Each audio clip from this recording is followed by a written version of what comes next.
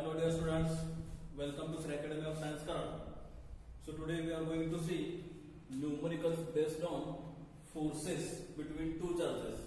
Okay, so in last lecture we have studied what is meant by forces, what is meant by electrostatic.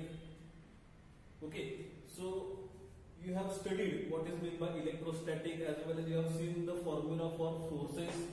Okay, that is called attraction force or repulsion force. For that the value remains same whether the force is attracted or whether the force is repelled. That was 9 into 10 raised to 9 Newton. येथे लक्षात समजतं मी काय सांगतोय. म्हणजे आपण मागच्या lecture मध्ये forces पाहिले, फोर्सेस म्हणजे स्केलर फॉर्म मध्ये पाहिला, त्याचबरोबर वेक्टर फॉर्म मध्ये पाहिला.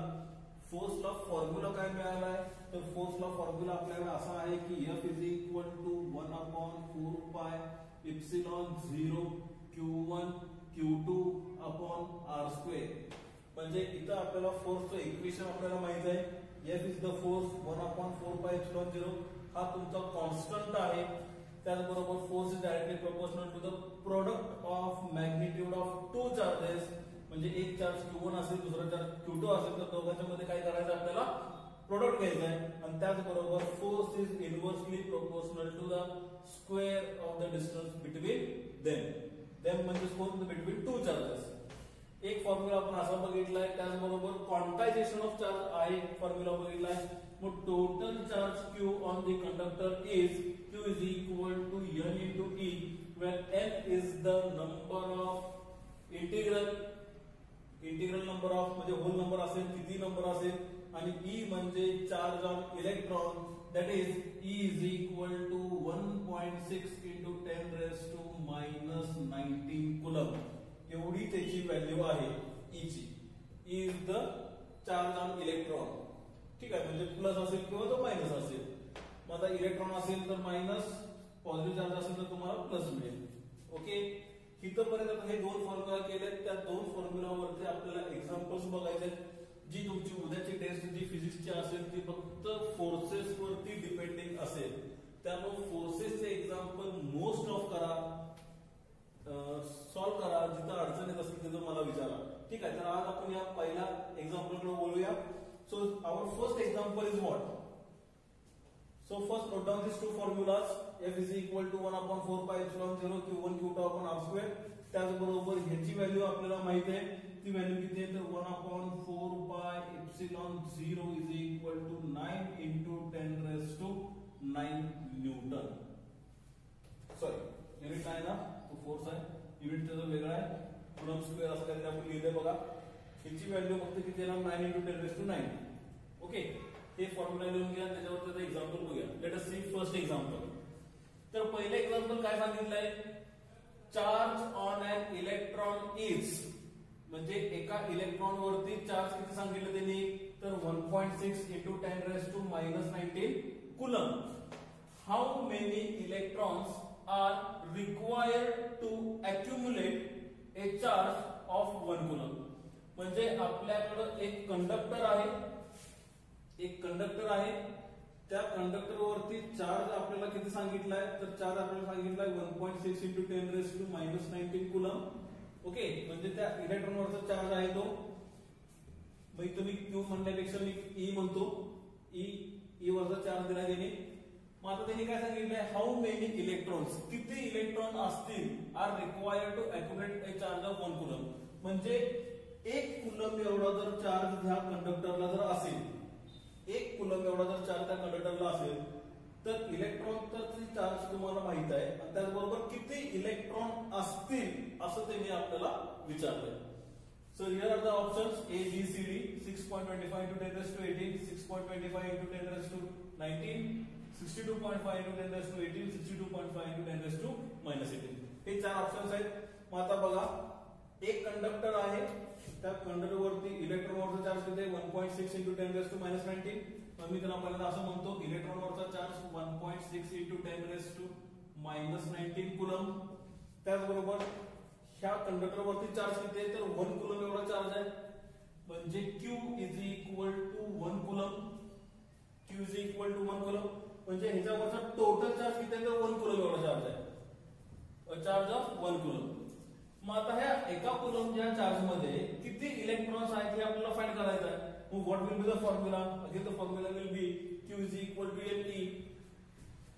Q is equal to Ne.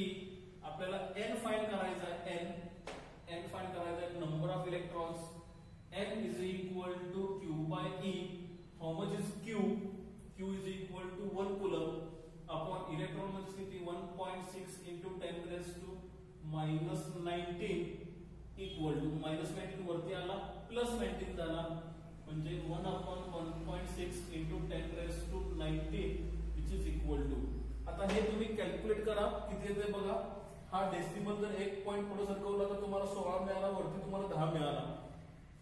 ठीक आहे, हे रब करतो मी, हे रब करतो.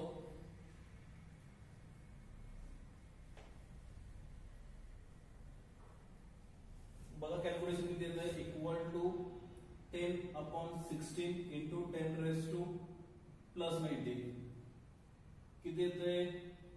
2 8 जा 16, 2 5 जा 10 म्हणजे किती आलं 5/8 into 10 raise to 19. Okay, 10 raise to 19 which is equal to 8 1 जा 8, 8 जात नाही त्यामुळे 0 पॉइंट इथं 0 आला. 8 8 जा 64, 8 5 जा 40, 8 6 जा 48, 48 म्हणजे 2 राहिला, इथं 0 आला. 8 2 जा 16, 4 राहिला म्हणजे इथं 0, 8 5 जा 40 म्हणजे आन्सर किती आला तुमचं 0.6 0.625 into 10 raised to 19. मग आता 19 तर इथं आहे म्हणजे 6.25 आहे म्हणजे बीचा ऑप्शन तर गेला. आता आपल्याला पाहिजे काय, एक तर 6.25 किंवा 62.5. मग मी आता असं म्हणेन 6.25 into 10 raised to, एक जर पुढे गेलं म्हणजे इथे तुम्हाला 18 मिळालं. 6.25 into 10 raised to 18 येते लक्षात. म्हणजे एवढा आन्सर तुम्हाला मिळेल. ऑप्शन नंबर बघा, option number first, option number first. चला पॉज करून कॅल्क्युलेट करा, पॉज करून कॅल्क्युलेट करा, पॉज करून कॅल्क्युलेट करा. झालं झालं. चला एक्झाम्पल नंबर 2. चला पुढे नेक्स्ट हे रब करतो.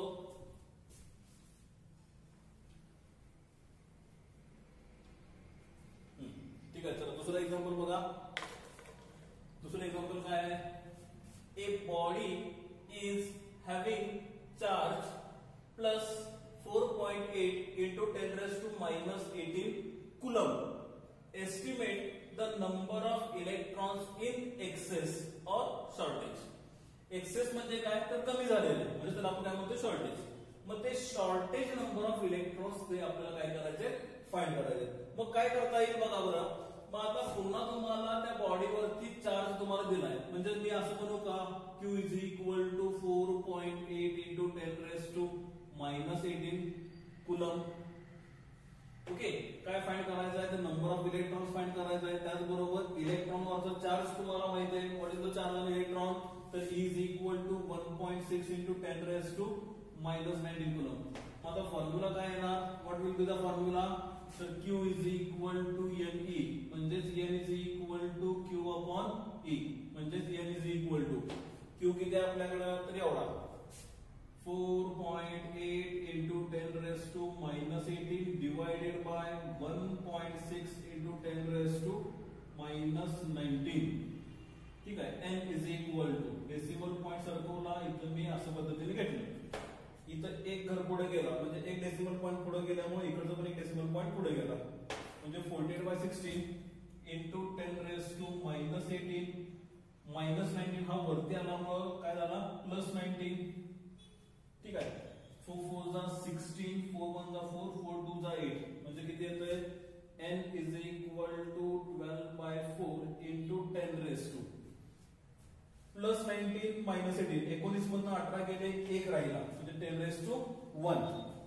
4 1 जा 4, 4 2 जा 8, 4 3 जा 12 म्हणजे n is equal to 3 into 10 म्हणजे n is equal to 30. This is your answer. n is equal to 30, that is number of electrons in excess, that is shortage of electrons किती आहे, तर n equal to 30. Option number किती, option number C. Pause करून note down करा, pause करून note down करा,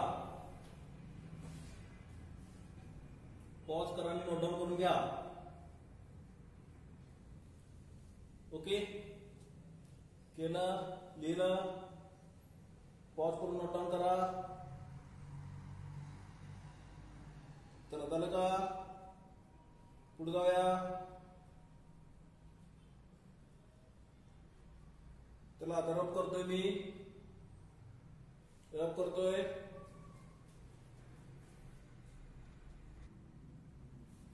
चला next example, दोन एक्झाम्पल झाले. आता example number 3 homework. Example number 3 homework काय म्हणलंय, how many electrons, how many electrons म्हणजे किती इलेक्ट्रॉन्स, ठीक आहे, would have to be remove from a coin, म्हणजे एक कॉइन दिलाय, त्या कॉइन मधनं किती इलेक्ट्रॉन्स बाहेर पडले किंवा बाहेर काढले, to leave it with a charge of 10⁻⁻⁷ coulomb. म्हणजे तुम्हाला चार्ज दिलाय, इलेक्ट्रॉनवरचा चार्ज माहिती आहे तुम्हाला, n नंबर तुम्हाला फाइंड करायचा. म्हणजे आता वापरलेला formula Q is equal to n/e किंवा n is equal to QE. Okay, तो फॉर्म्युला तुम्ही यूज करा, तुम्हाला हे आन्सर मिळेल. नेक्स्ट एक्झाम्पल जाऊया आपण. हे होमवर्क आहे, मला सोडून पाठवायचं संध्याकाळी. ओके, ठीक आहे. Next example, calculate and compare the electrostatic and gravitational forces between two protons which are 10⁻⁻15 meter apart.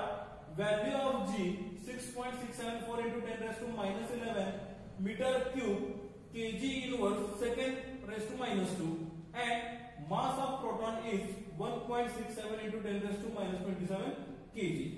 तर तुमचं क्वेश्चन तुमचा पहिल्यांदा समजून घ्या. तुम्हाला काय करायचंय, कॅल्क्युलेट करायचंय, परत तुम्हाला कम्पेअर करायचंय. मग आता कॅल्क्युलेट काय करायचंय, तर एक म्हणजे इलेक्ट्रोस्टॅटिक फोर्स आणि दुसरा म्हणजे ग्रॅव्हिटेशनल फोर्स. हे कॅल्क्युलेट केल्यानंतर मग तुम्हाला काय करावं लागेल, दोघांसाठी कम्पेअर करावं लागेल. मग त्यासाठी आता पहिल्यांदा फोर्सेसचा फॉर्म्युला माहित पाहिजे. आता इलेक्ट्रोस्टॅटिक फोर्सचा फॉर्म्युला माहित आहे, त्याला मी म्हणतो Fe. इलेक्ट्रोस्टॅटिक फोर्स काय फॉर्म्युला आहे, तर 1/4πε0 Q1 Q2 अपॉन R². याला मी म्हणतो इक्वेशन नंबर फर्स्ट. ठीक आहे. आणि त्याचबरोबर ग्रॅव्हिटेशनल फोर्सचा फॉर्म्युला काय राहणार आहे, तर त्याला मी आता इथं म्हणतो Fg म्हणजे gravitational force. Fg is equal to gravitational constant G m1 m2 upon R². Equation number second. हे तुम्हाला ग्रॅव्हिटेशनच्या टॉपिक मध्ये तुम्हाला हा फॉर्म्युला बघायला मिळेल. ठीक आहे. आता सध्या तात्पुरतं डायरेक्टली फॉर्म्युला घ्या. जसं हा सांगितलाय तसंच आपण इथं सांगतोय. इथं काय सांगितलंय, electrostatic force is directly proportional to the product of magnitude of two charges. तसंच gravitational force of attraction of repulsion is directly proportional to the product of masses of two planets. म्हणजे दोन प्लॅनेट ज्यावेळेला आपण consider करतो त्याचे दोन masses, एकाचा मास m1 दुसऱ्याचा मास m2, त्यांचा प्रोडक्ट येतोय. आणि त्या दोन प्लॅनेट मधला डिस्टन्स म्हणजे R² आणि दोन चार्जेस मधला डिस्टन्स म्हणजे R². ठीक आहे. अशा पद्धतीने तुम्हाला इलेक्ट्रोस्टॅटिक फोर्स मिळतोय, ग्रॅव्हिटेशनल फोर्स मिळतोय. मग आता काय सांगितलंय, फोर्सेस बिटवीन टू प्रोटॉन्स म्हणजे दोन प्रोटॉनसाठी आपल्याला ते इक्वेशन घ्यायचंय. मग सपोज मी इथं म्हणतो एक प्रोटॉन कन्सिडर केला, हा दुसरा प्रोटॉन कन्सिडर केला. They both are separated by distance r. ठीक आहे. आणि तो r दिला प्रॉडक्ट आपल्याला दिला between two protons which are 10⁻⁻15 metre apart. त्याला मी म्हणतो 10⁻⁻15 मीटर अपार्ट. एवढा डिस्टन्स आपल्या दोन प्रोटॉन मधला दिला. ठीक आहे. मग आता ह्याच्यावरचा चार्ज मी म्हणतो Q1, ह्याच्यावरचा चार्ज मी घेतो Q2, ह्याचा मास मी म्हणतो m1, ह्याचा मास मी म्हणतो m2. ठीक आहे. मग आता दोन्ही पण प्रोटॉन आहेत म्हणजेच Q1 is equal to Q2 is equal to Q. हा पण प्रोटॉन आहे, हा पण प्रोटॉन आहे, चार्ज तर सेम आहे. त्यामुळे मी असं म्हणू शकतो का Q1 is equal to Q2 is equal to Q. म्हणजे इथं पण Q आला, इथं पण Q आला. प्रोटॉन असल्यामुळे इथं पण त्याचा मास मास सेम राहणार, इथं पण तुझा मास सेम राहणार, त्यामुळे मी असं म्हणू शकतो m1 is equal to m2 is equal to m. Question पहिल्यांदा व्यवस्थित समजला पाहिजे. इथं आपल्याला दोन प्रोटॉन सांगितले, दोन प्रोटॉन म्हणजे दोन्ही पण चार्जेस काय येणार पॉझिटिव्ह. आता हा पण प्रोटॉन आहे, हा पण प्रोटॉन आहे, त्यामुळे दोघांचा चार्ज काय राहणार आहे सेम, त्यामुळे क्यू म्हणलं. प्रोटॉन असल्यामुळे दोघांचा मास पण काय राहणार सेम, म्हणजे इथं m1 आणि m2 काय असणार इक्वल टू m. ओके, समजले तर बरे. ठीक आहे, आता इक्वेशन कडे जाऊया. आता आपण काय दिलंय का आपल्याला गिवन, तर मास एक दिलाय आणि त्याचबरोबर जी तुम्हाला दिलाय. ठीक आहे, मग आता बघा पहिल्यांदा इलेक्ट्रोस्टॅटिक फोर्स आपण इक्वेशन घेऊया. इलेक्ट्रोस्टॅटिक फोर्स इक्वेशन काय येणार, F is equal to 9 into 10 raised to 9 1/4πε0. ठीक आहे, इनटू Q1 किती आहे, तर आता प्रोटॉन असलेला प्रोटॉनचा charge 1.6 into 10 raised to -19 Q1 चा झाला आणि पुन्हा 1.6 into 10 raised to -19 Q2 चा झाला, divided by r square. r square म्हणजे किती, तर ते both are separated by distance 10 raised to -15 चा स्क्वेअर, 10 raised to -15 चा स्क्वेअर. मग आता कॅल्क्युलेट करू. इथे येणार 9 into 10 raised to 9 as it is घेतो, हे कॅल्क्युलेट करतो 1.6 into 1.6 16 चा स्क्वेअर, 1.6 into 1.6 6 6 जा 36 6 1 जा 6 7 8 9 1 6 जा 6 1 1 जा 1 6 9 7 9 7 15 256 म्हणजे इथे किती येत आहे 256 एक दोन म्हणजे 2.56.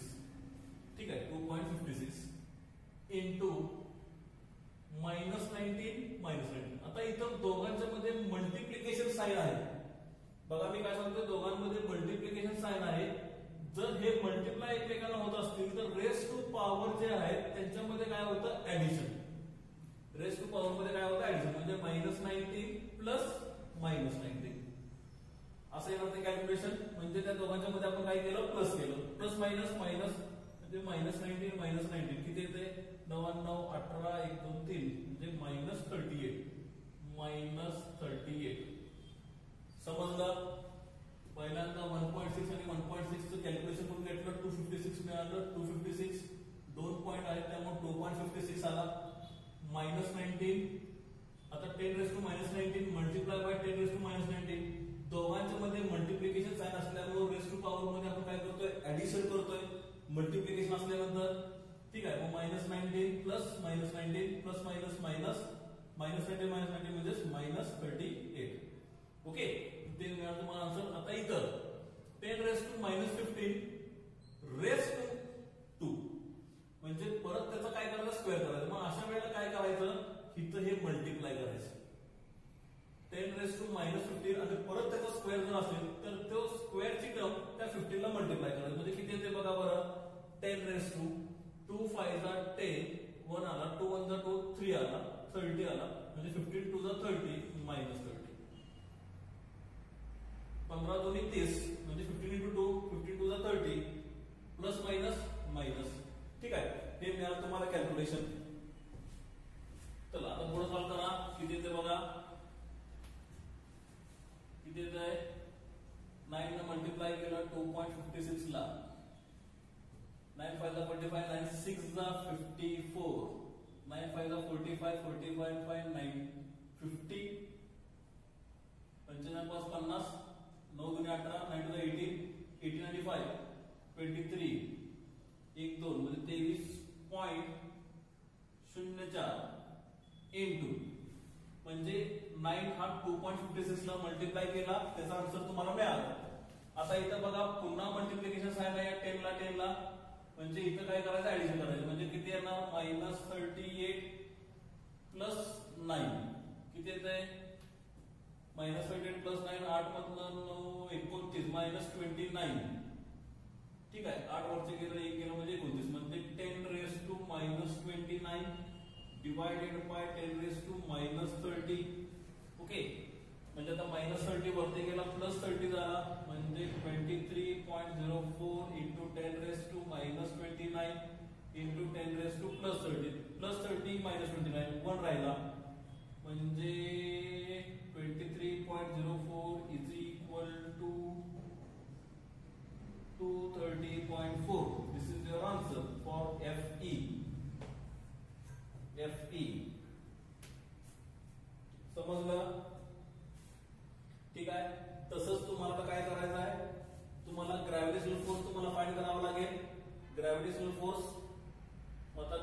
फोर्सला काय करणार तुम्ही बघा बरं, सेम फॉर्म्युला यूज करायचा. आता हे रब करतो मी, काय आहे बघा, Fg is equal to G constant, G universal gravitational constant, इथे दिले value 6.67 into 10 raised to minus 11 ही व्हॅल्यू पुट केली. मास किती, तर मास किती दिला त्याने 1.67 into 10 raised to minus 27, 1.67 into 10 raised to minus 27. ठीक आहे, हे पूर्ण डिवाइड बाय पुन्हा r स्क्वेअर म्हणजे किती येणार 10 raised to minus 15 चा स्क्वेअर. आता हे कॅल्क्युलेट करावं लागेल. 1.67 into 1.67 हे किती येते बघा बरं आन्सर जरा, किती येते आन्सर जरा कॅल्क्युलेट करा. किती येते जरा बघा बरं, कॅल्क्युलेट करा ते. मी आता डायरेक्ट आन्सर लिहितो, तुम्ही ट्राय करा. चला कॅल्क्युलेट करा चला लवकर.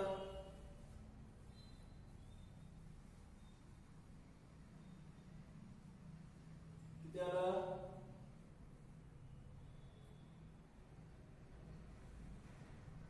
चला लिहितो मी आन्सर आता. हे कॅल्क्युलेट करून तुम्हाला एवढा आन्सर मिळेल 1.86 into 10 raised to minus 34. हा झाला ग्रॅव्हिटेशनल फोर्स.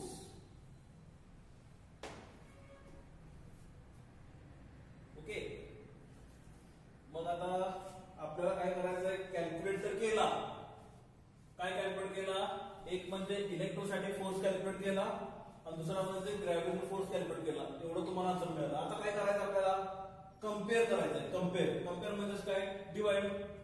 काय डिवाइड करावं लागेल, तर ते म्हणजे Fe upon Mg, electrostatic force upon gravitational force is equal to electrostatic किती 230.4 म्हणजे 230.4 divided by 1.86 into 10 raised to minus 34. ठीक आहे, minus 34. आता हे डिवाइड करा, तुम्हाला आन्सर मी देतो डायरेक्टली, किंवा तुम्ही हे कॅल्क्युलेट करा. तुम्ही मला या होमवर्क बरोबर ह्याचं मला आन्सर सांगा, मी तुम्हाला आन्सर सांगतो. करा कॅल्क्युलेट, करा कॅल्क्युलेट.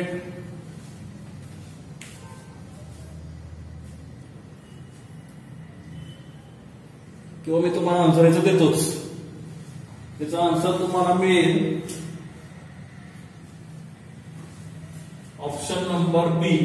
हे कॅल्क्युलेट केल्यानंतर तुम्हाला मिळेल 1.23 into 10 raised to 36. ठीक आहे, म्हणजे हा झाला तुमचा ऑप्शन नंबर बी. म्हणजे अशा पद्धतीने आपण 3 एक्झाम्पल आपण इथं सोडवले. एक एक्झाम्पल तुम्हाला इथं मी होमवर्क दिलं. ओके, तर पॉज करून हे नोट डाऊन करा. अजून एक एक्झाम्पल घ्यायचं आहे, पॉज करून नोट डाऊन करा. पॉज करा आणि नोट डाऊन करा.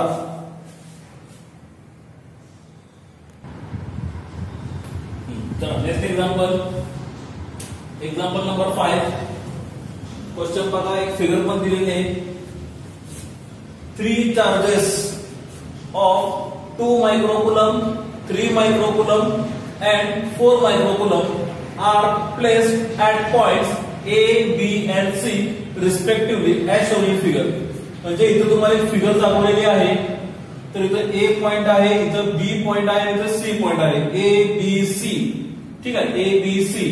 मग A वरती कोणता चार्ज 2 microcoulomb, B वरती कोणता चार्ज 3 microcoulomb आणि C वरती कोणता charge 4 microcoulomb as shown in figure. Determine the force on A. म्हणजे A वरती तुम्हाला जेवढे फोर्सेस लागू होतील तो फोर्स तुम्हाला इथं फाइंड करायचा आहे, टोटल फोर्स. ठीक आहे, आणि त्याचबरोबर तुम्हाला AB दिलेला आहे 4 सेंटीमीटर, BC दिलाय 3 सेंटीमीटर आणि अँगल A दिलाय तो म्हणजे थीटा. ओके, मग आता आपल्याला फोर्सचा फॉर्म्युला माहित आहे. फोर्स कसा फाइंड करणार, तर फोर्स साठी फॉर्म्युला घेणार F is equal to 1/4 pi epsilon 0 Q1 Q2 upon R square. फोर्सचा फॉर्म्युला म्हणजे पहिल्यांदा मला AB साठी फाइंड करावं लागेल, परत मला AC साठी फाइंड करावं लागेल. ठीक आहे, म्हणजे A वरती चार्ज 2 मायक्रोकुलम, C वरती चार्ज 4 मायक्रोकुलम, ह्या दोघांच्या मध्ये एक फोर्स मला बघायला मिळेल. मग त्या C चा A वरती मला बघायचा आहे, कारण A साठी मला फोर्स फाइंड करायला सांगितलाय. तसंच AB मी जर कन्सिडर केला, इथं तुम्हाला एक फोर्स मिळेल, त्या B चा फोर्स त्या A वरती किती लागू होतोय ते मला बघायचं आहे. तर त्यासाठी फॉर्म्युला आपला काय राहणार F is equal to 1/4 pi epsilon 0 Q1 Q2 upon R square. ह्याला Q1 म्हणलंय, ह्याला Q2 म्हणलंय, ह्याला Q3 म्हणलंय. म्हणजे इथे येणार तुम्हाला Q1 Q2, तसं तुम्हाला येणार Q1 Q3 असे दोन फोर्सेस तुम्हाला मिळतील. मग त्यासाठी थोडं आपल्याला जरा वेक्टर फॉर्मचं इक्वेशन आपल्याला माहित पाहिजे. वेक्टर फॉर्मचं इक्वेशन म्हणजे तुम्हाला फोर्सेस कसे लागू होतात ते तुम्हाला सांगितलं होतं. सपोज हा चार्ज आपला Q1 असेल, इतर चार्ज आपला Q2 असेल, ह्याच्यावरती एक फोर्स ऍक्ट झाला, ह्याच्यावरती एक फोर्स ऍक्ट झाला. मी काय म्हटलं Q1 on Q2, Q1 on Q2, ह्याच्यावरती फोर्स ऍक्ट झाला तो म्हणजे F21. मग Q2 ऑन Q1 म्हणल्यानंतर काय येणार F12. बरोबर, म्हणजे हे फोर्सेस मला माहित पाहिजे कसे घेतले. 1 ऑन 2 म्हणजेच 2 1, 2 ऑन 1 म्हणजेच 1 2. तसंच B ऑन A, बघा मी काय म्हणतोय B ऑन A म्हणजेच 2 ऑन 1 म्हणजेच 1 2. म्हणजे B ऑन A एक फोर्स तुम्हाला असा मिळेल, त्याला म्हणूया आपण FAC. बरोबर, B ऑन A म्हणजेच FAC. इथं B आहे, इथं A आहे, B ऑन A म्हणजेच FAC. ठीक आहे, sorry FAB, FAB. B on A म्हणजेच FAB. तसंच C ऑन A म्हणजे FAC, FAC. बरोबर का? C ऑन A म्हणजेच FAC. असे दोन फोर्सेस मिळाले का A वरती. ठीक आहे, मग पहिला फोर्स आपण लिहून घेऊया. सोल्युशन B ऑन A म्हणजेच FAB is equal to 1/4 pi epsilon 0 Q1 Q2 upon R square. ठीक आहे, आता जरा व्हॅल्यूज बघा. Q1 Q2 आपल्याला दिलेले आहेत. Q1 किती घेतलाय 2 मायक्रोकुलम आणि Q2 किती घेतलाय 3 मायक्रोकुलम. मग आता मायक्रोचं कन्व्हर्जन, मायक्रो म्हणजे किती 10⁻⁻⁶. ठीक आहे, म्हणजे 2 × 10⁻⁻⁶ कुलम, तसंच 3 × 10⁻⁻⁶ कुलम, तसंच 4 × 10⁻⁻⁶ कुलम. आता इथं सेंटीमीटरचं रिडिंग आहे. सेंटीमीटरचं तुम्हाला मीटर मध्ये कन्व्हर्जन करावं लागेल. मग सेंटीमीटर टू मीटर म्हणजे किती 10⁻⁻². सेंटीमीटरचं कन्व्हर्जन मीटर मध्ये करतोय ते म्हणजे किती 10⁻². म्हणजे 4 सेंटीमीटर आहे, इथे येणार -2, इथे येणार -2. मग आता तुम्हाला फक्त AB माहित आहे, तुम्हाला PC माहित आहे. आता AC पण आपल्याला फाइंड करावं लागेल की, कारण दोन्ही चार्ज मधला डिस्टन्स. आता या दोन्ही चार्जला डिस्टन्स आपल्याला आहे 4 सेंटीमीटर इथला आहे, पण आपण इकडचा फोर्स बघत नाही. त्यांनी आपल्याला हा फोर्स सांगितलेला नाही. त्यांनी काय सांगितलंय determine the force on A, म्हणजे A वरती येणारा फोर्स कोणाचा येणार, एक म्हणजे B चा येणार, एक म्हणजे C चा येणार. म्हणून हे दोन चार्जेसचे फोर्स या A वरती लागू झाले, ते फोर्सेस आपण घेतले FAB आणि FAC. ओके, मग आता AB घेताना डिस्टन्स माझ्याकडे आहे, पण AC घेताना डिस्टन्स माझ्याकडे आहे का. मग तो डिस्टन्स मला फाइंड करावा लागेल, आणि तो डिस्टन्स मला कसा मिळणार आहे बाय पायथागोरस थेरम. मग आता पायथागोरस थेरम काय येणार, AC square is equal to AB square plus BC square. AC square is equal to AB square plus BC square. AB किती आहे माझ्याकडे, AB 4 सेंटीमीटर, 4 चा स्क्वेअर. BC किती आहे माझ्याकडे 3 सेंटीमीटर, म्हणजे 3 चा स्क्वेअर. 4 4 जा 16, 3 3 जा 9, 16 प्लस 9 25. हा झाला AC स्क्वेअर, म्हणजे AC इज इक्वल टू √25, आणि √25 म्हणजे किती आला 5. 5 5 25, 5 5 25 म्हणजे 5 आला. AC इज इक्वल टू किती आला 5 सेंटीमीटर. म्हणजे मी आता इथं असं घेऊ शकतो AC is equal to 5 centimetre is equal to 5 into 10 raised to minus 2 metre. ते आपण आता इथं फाइंड करूया. ठीक आहे. मग आता फोर्स घेऊया. पहिला फोर्स B on A म्हणजे FAB. मग आता किती येते बघा. 1/4 मध्ये त्याची व्हॅल्यू आपल्याला माहित आहे 9 into 10 raised to 9. Q1 किती आपल्याकडे तर 2 into 10 raised to minus 6. 2 into 10 raised to minus 6. Q2 किती आपल्याकडे 3 into 10 raised to minus 6. 3 into 10 raised to minus 6 divided by r square. आता r square म्हणजे कुठला येणार ह्या दोघांचा मधला डिस्टन्स म्हणजे 4 सेंटीमीटर म्हणजे किती 4 into 10 raised to minus 2. 4 into 10 raised to minus 2 चा स्क्वेअर. समजले तर बरे. चला कॅल्क्युलेट करा. किती येते बघा.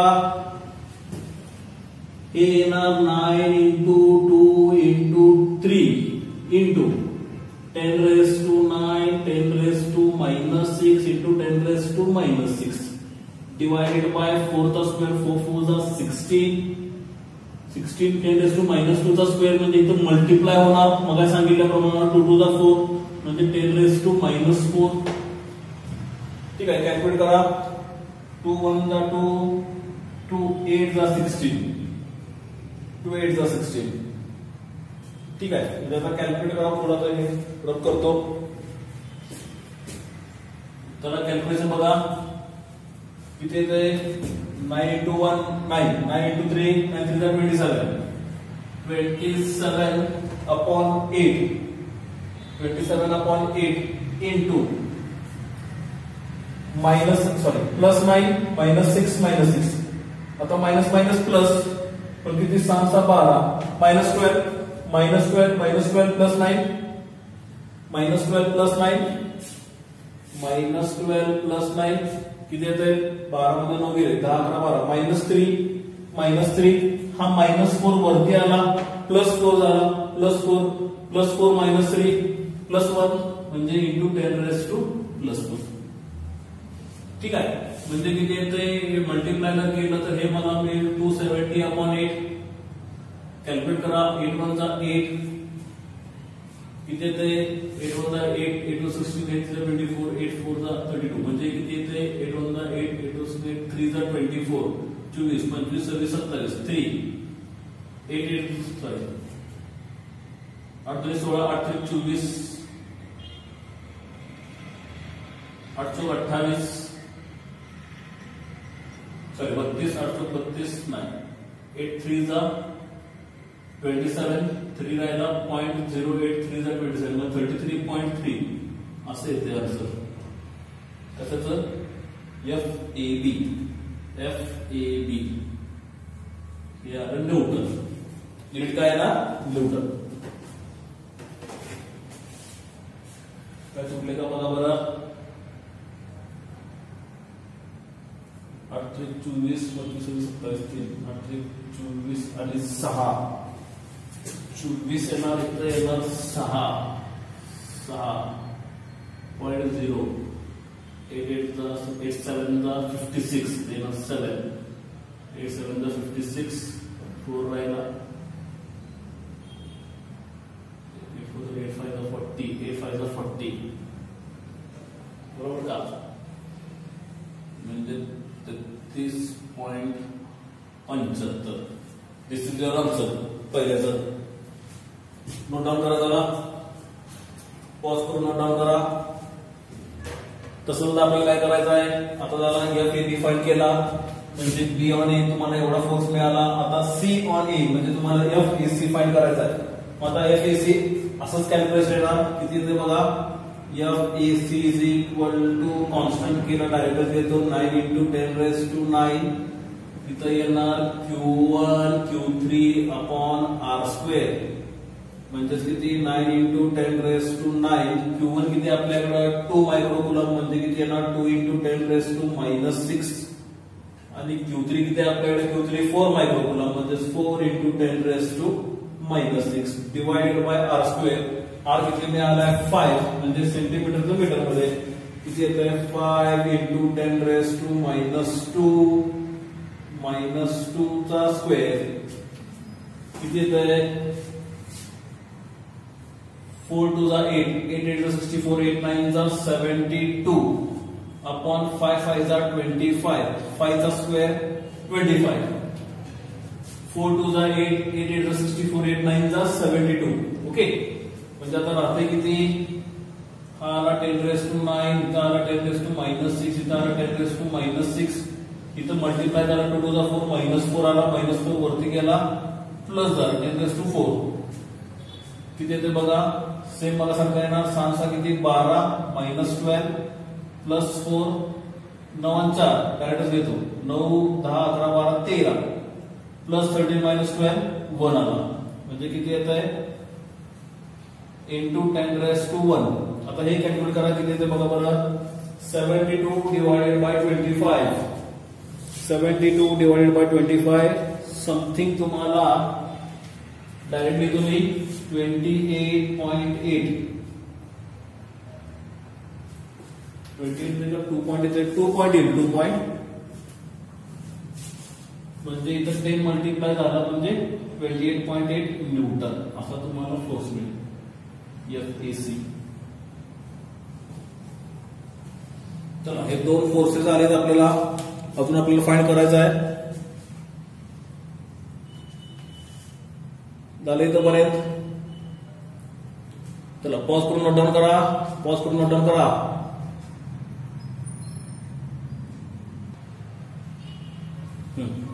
चला, थोडं दोन फोर्सेस मिळाले. आता फिगर बघा. आता एक फोर्स मला असा मिळालाय, त्याला आपण म्हणलं इथं FAB. एक फोर्स तुम्हाला असा मिळाला, त्याला म्हणलं आपण FAC. ठीक आहे, हा तुमचा A पॉइंट. आता ह्या दोघांचा तुम्हाला रिझल्टंट फोर्स मिळणार आहे. आता रिझल्टंट कसा मिळणार बघा. आता सपोज मी आता एक ह्या पाथला निघालोय, एक पाथ माझा असा आहे, इकडे निघालोय, दुसरा पाथ माझा असा आहे. तर ह्या दोघांचा मला मीन काढायचा आहे. एक मी या बाजूला गेलो, एक मी या बाजूला गेलो, तर या दोघांचा मीन कुठे येणार? तर या सेंटरला येणार असा.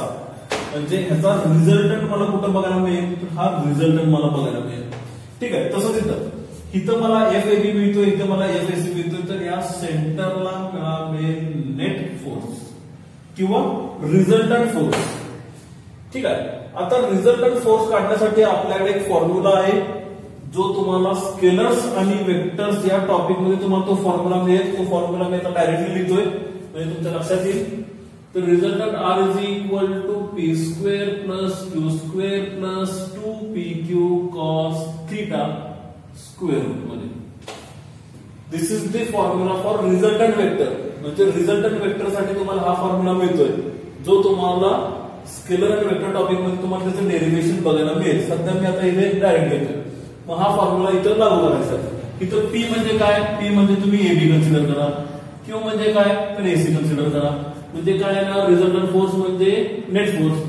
F net is equal to under root FAB square plus FAC square plus 2FAB FAC cos theta.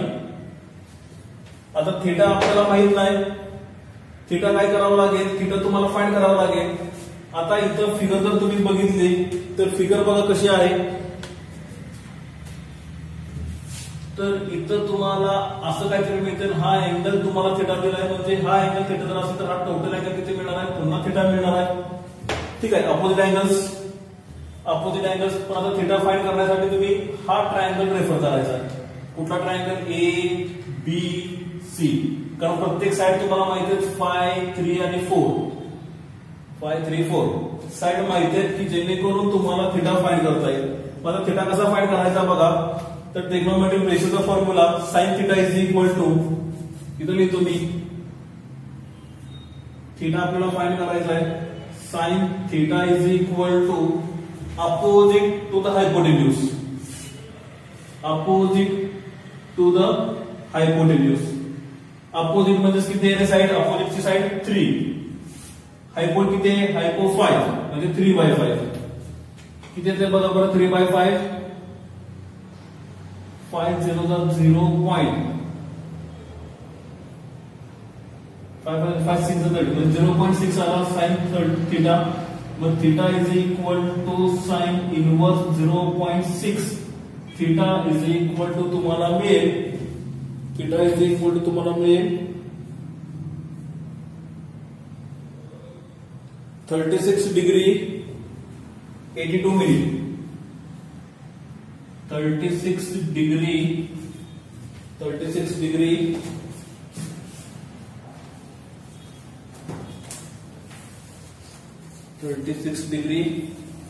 0.6 sine inverse 0.6 36 degree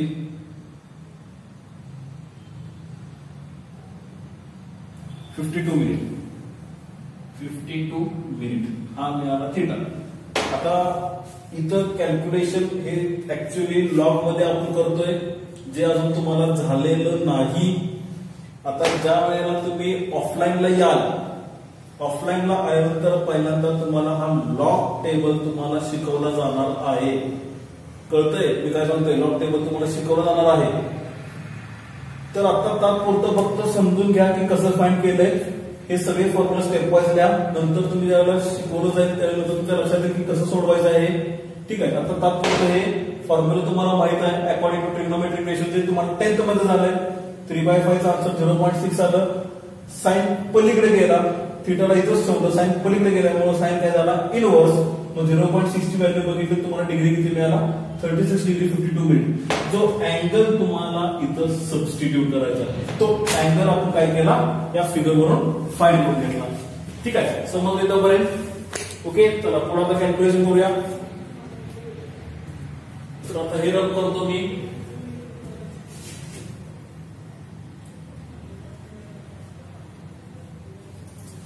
बघा एफ नेट किती मिळणार? F net is equal to F A B चा स्क्वेअर म्हणजे 33.7 चा square plus F A C चा square 28.8 चा square square root मध्ये plus 2 into 33.7 28.8 आणि कॉस थीटा म्हणजे किती? 36 डिग्री 52 मिनिट. ठीक आहे. हे तुमचं कॅल्क्युलेशन आलं इथपर्यंत.